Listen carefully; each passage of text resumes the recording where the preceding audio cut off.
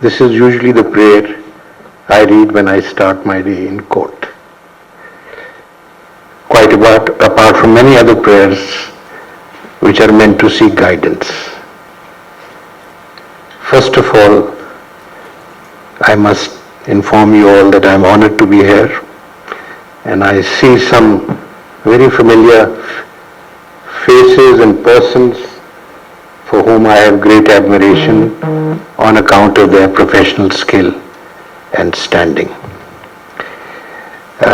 Not all of you are lawyers, and the speakers that I've heard who are non-lawyers, I'm impressed by that as well. And I think this is the beauty of the occasion. The sccp has brought together bright people from all segments of the business economy of the country, including lawyers and regulators, administrators, and so forth. I want to tell you just a few things. I'm not an expert in AI at all. I don't know anything about the corporatization regimes that are being implemented, but I'm delighted to read from the subjects that have been covered yesterday and today, the vast area of activity which sccp now monitors and facilitates for the business ventures in the country. In the Supreme Court, ladies and gentlemen, we decide questions of law only. We don't get into disputes of fact. So when we look at the court system, you have to understand at which level of the system are you talking about. The High Court also is primarily concerned with questions of law, but they attend to questions of fact when the evidence or the material on record has been misread or ignored. So that is the area on which they will interfere. A lot of this will sound like Greek to you because non-lawyers don't know what a misreading or a non-reading of record is, and I don't blame you for that. But in essence it means that disputes which are somewhat complicated and involve interpretation of law, where the law is either vague or the dispute between the parties involves such issues that the law requires interpretation for purposes of application to the facts of the case. This doesn't happen in 95% of the disputes that arise. So the first thing is, the disputes should be settled by the expert dealing with the business or the issues in question. And the court should be involved when there is a question of law which arises, which means there are two interpretations possible, or when the evidence has been wrongly interpreted, read by the regulator, for instance. So that's point number one.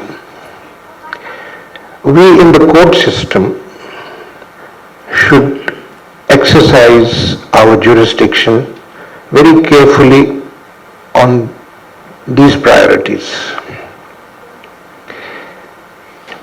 The reason I say so is because, as you all know, the court system is overworked.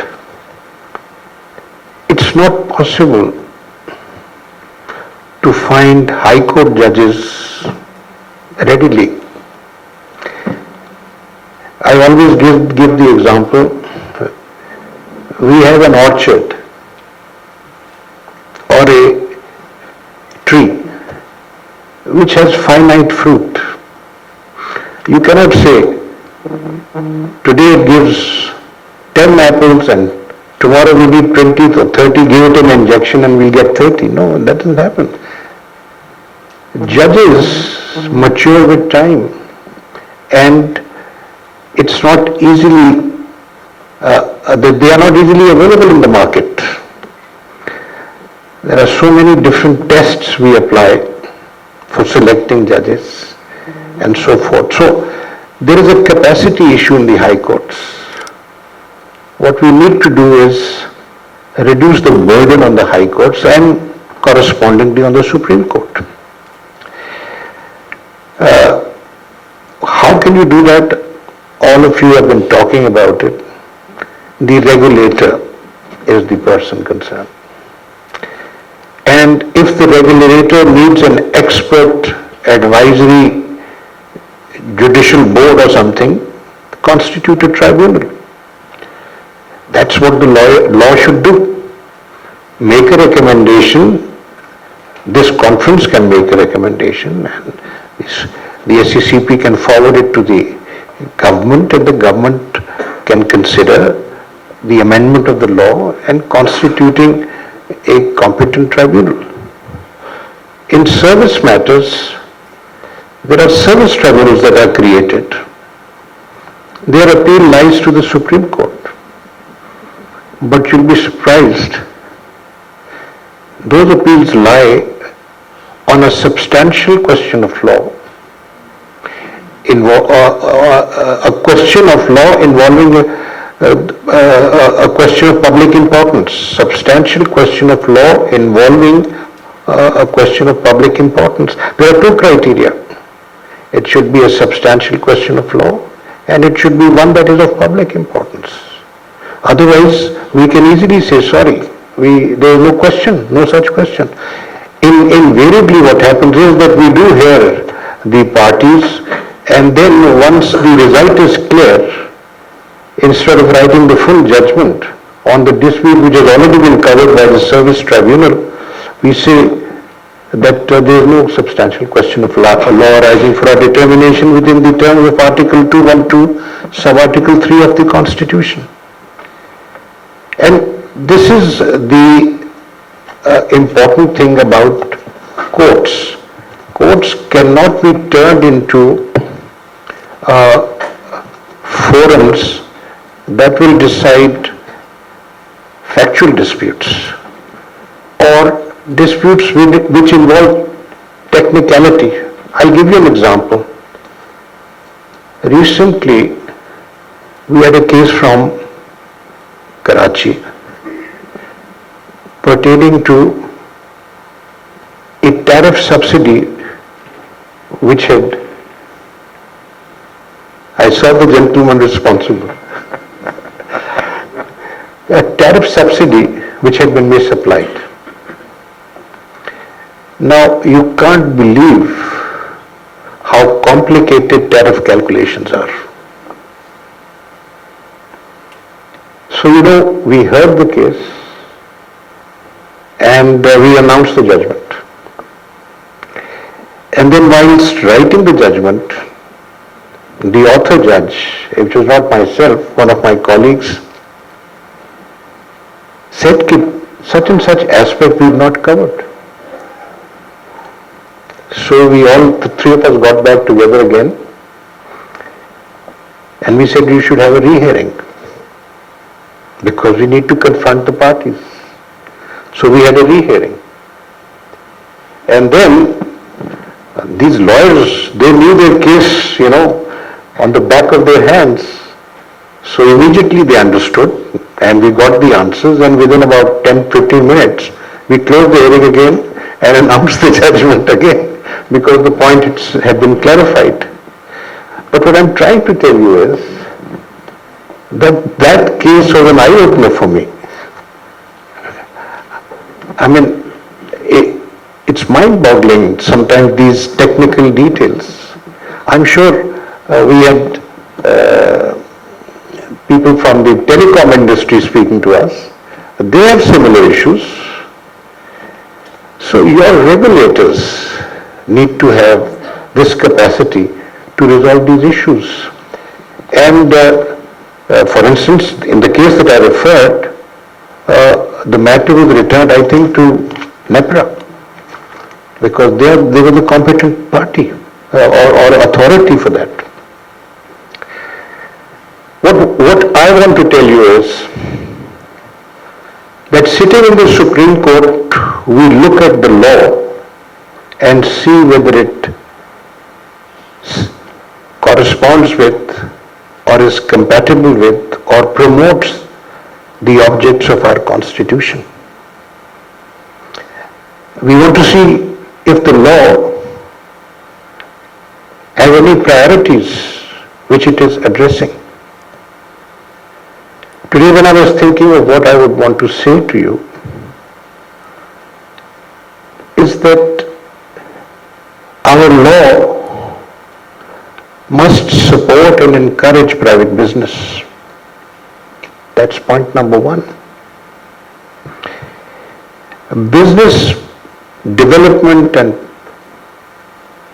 business growth automatically translates into economic growth. What is necessary for promoting business? We need a regulatory system, whether it is in tax, whether it is in corporate regulation, whether it is in relation to provision of infrastructural facilities like power, roads, water, gas. Different industries. The fertilizer industry wants gas subsidies. Textile industry, yesterday you saw an ad, wants power subsidies, and so on and so forth. What we need to do is, whether these laws apply and provide these facilities in a non-discriminatory manner. Now that is a question for the Supreme Court. Article 25 of the Constitution. That look how the same resource is being allocated. This is unfair. And the result is it creates a distortion in the economy. The market is not allowed to operate and so forth. So, from the point of view of the Supreme Court, that is one of the priorities that we look at, whether the law is answering constitutional mandates. Another constitutional mandate is integrity. Integrity not just in public authorities. Recently, I took a chance at writing a judgment on a criminal matter, and I introduced this concept of commercial integrity. There must be integrity in business also. What does the law do to promote commercial integrity? You don't want watchdogs or cameras watching over you. There has to be a conscience that directs a person to do the right thing, to not cheat, to not commit fraud. You will be surprised. A lot of our cases arising from National Accountability Board Bureau references have to do with cheating with the public by sponsors of housing estates. They collect money from the public, they don't have the land, and if they have the land, they have occupied the land wrongly, unlawfully from government territory, and you discover that government land is being used for a private housing society, and this is happening all over I would say at least in the province of Punjab and the province of Sindh.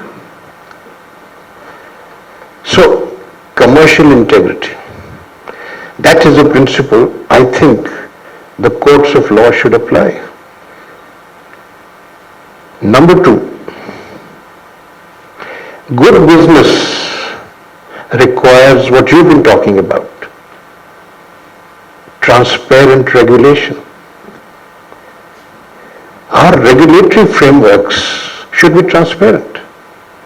All the notifications, all the circulars, all this, as we just spoke and heard Mr. Jameel telling us about AI and so forth, the very first thing is the relevant information should be accessible to everyone.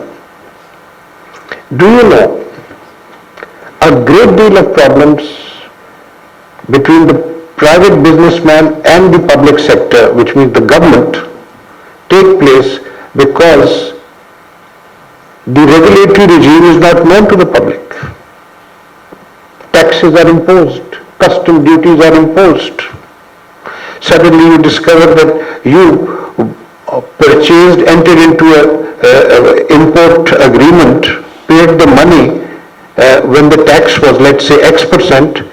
When it arrives, suddenly they will impose a regulatory duty, it becomes X plus Y% and changes the whole scenario for the importer. So at the end of the day, it's not just corporate regulation which will promote business. We need to improve the government interaction and accountability to the businessman. That is fundamental. Why? Because you need certainty of circumstance, of environment, for a businessman to come and take a decision.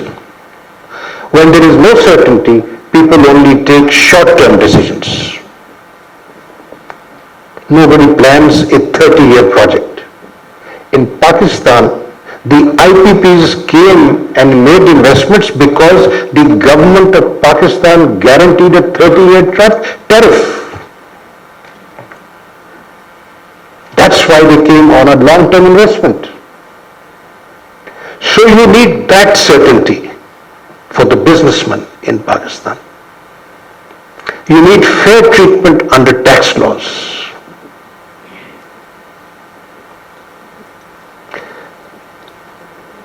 People have declared money, but for business purposes they need to keep a fund outside Pakistan. There may be reasons, we don't know what business reasons there are, but the law allows people to have foreign currency accounts abroad. I'm talking about companies. Recently, the taxed money, fully taxed money, lying in a foreign currency account abroad has been subjected to a further tax.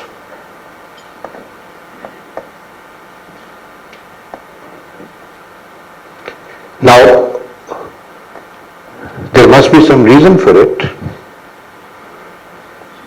We will find out that reason.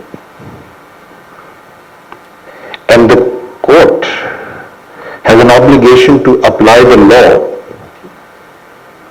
We do not suspend laws just like that. There has to be a constitutional violation to suspend a law. So we directed deposit in court, 50% deposit with the department. But when we hear this, I think the only ground they have, which may be a good ground when it is heard, I should not actually talk about it.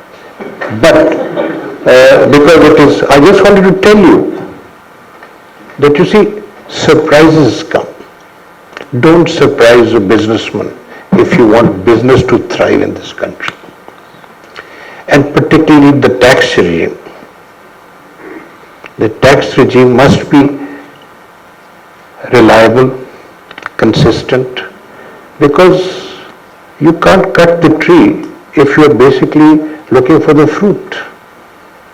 So that is the second thing, or rather the third thing. At the end of the day, for the business environment to be conducive, the investor has to have protection. And that investor basically needs or should be assured of a level playing field.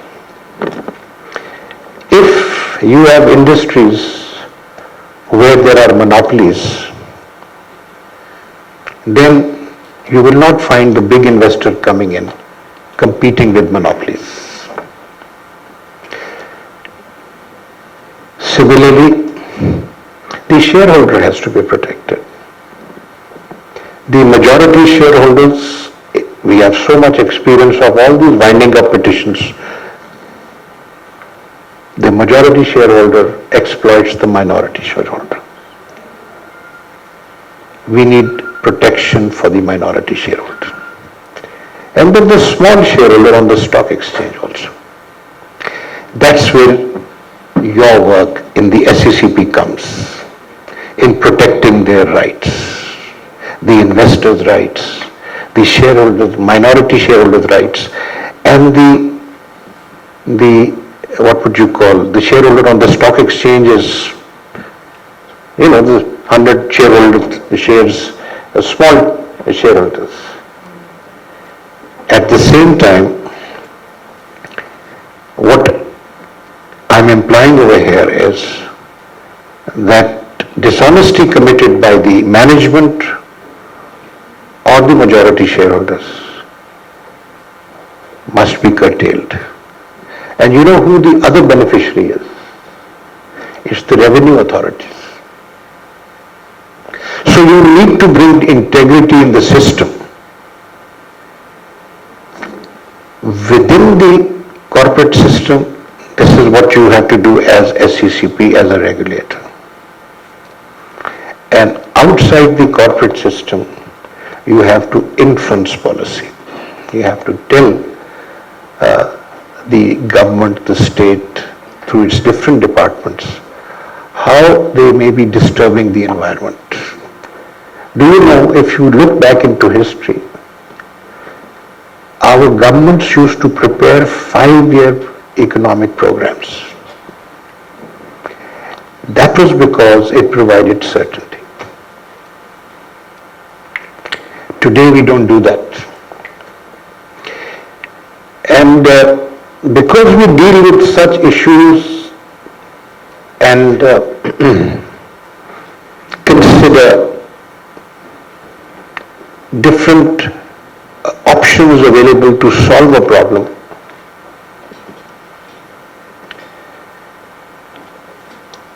we think about what ought to be done to improve the situation, ameliorate the situation, and create a better environment. It is fundamentally important, ladies and gentlemen, that we strengthen all our regulatory institutions.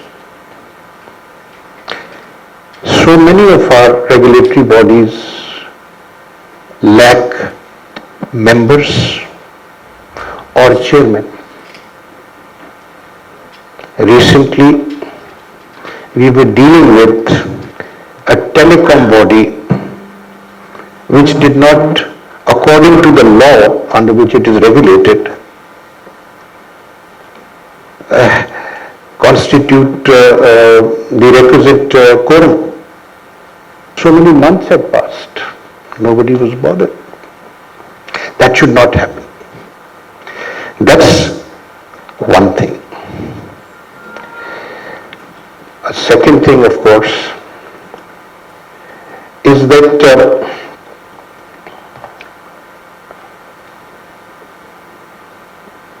let me move to the next point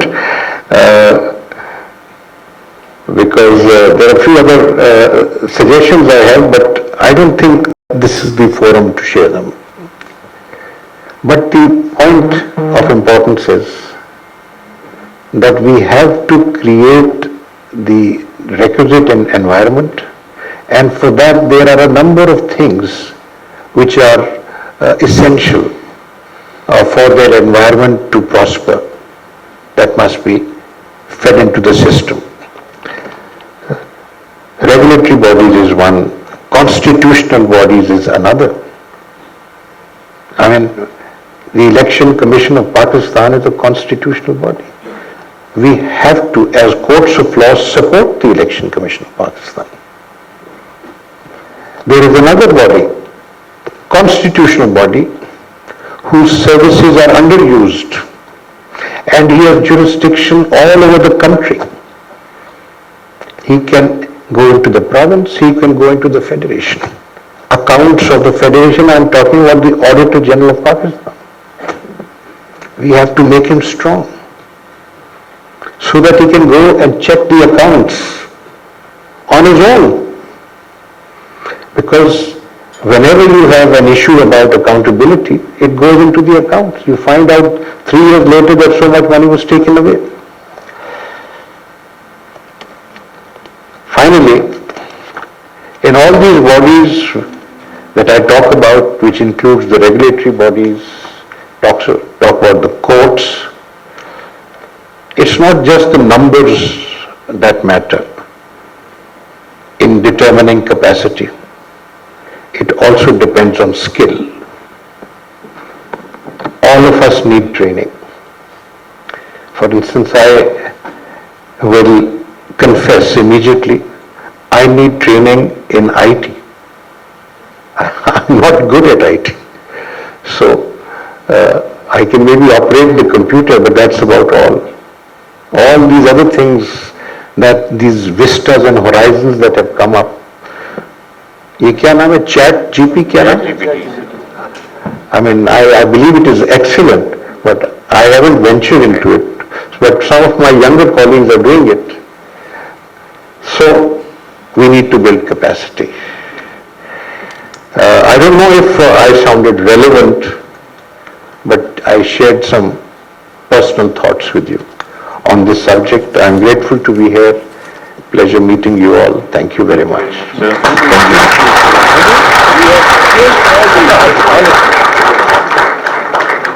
दो दिन से